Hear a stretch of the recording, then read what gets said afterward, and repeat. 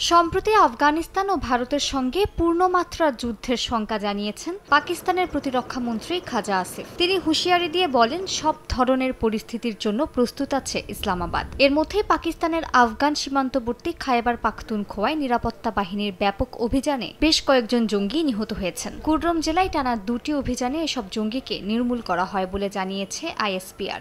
সাম্প্রতিক দিনগুলোতে হামলা বাড়ায় অভিযান জোরদার করেছে ইসলামাবাদ।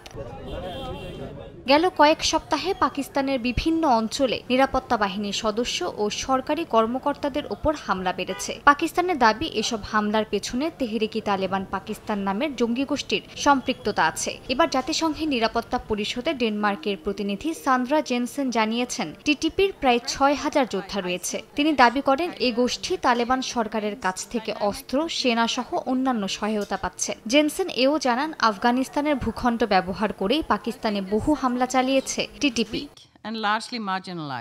পাকিস্তানের সঙ্গে বাড়তে থাকা বৈরিতার মধ্যে বাণিজ্য ও বিনিয়োগের নতুন সম্ভাবনা তৈরিতে প্রথমবারের মতো 5 দিনের সফরে ভারতে গেছেন তালেবান সরকারের বাণিজ্যমন্ত্রী। ভারতের পররাষ্ট্রমন্ত্রী এস জয়শঙ্কর সামাজিক মাধ্যমে জানিয়েছেন, দ্বিপাক্ষিক বাণিজ্য ও বিনিয়োগ সম্পর্কের উন্নয়ন এ সফরের মূল লক্ষ্য। মালিহা সুহরাওয়ার্দী, সময় সংবাদ।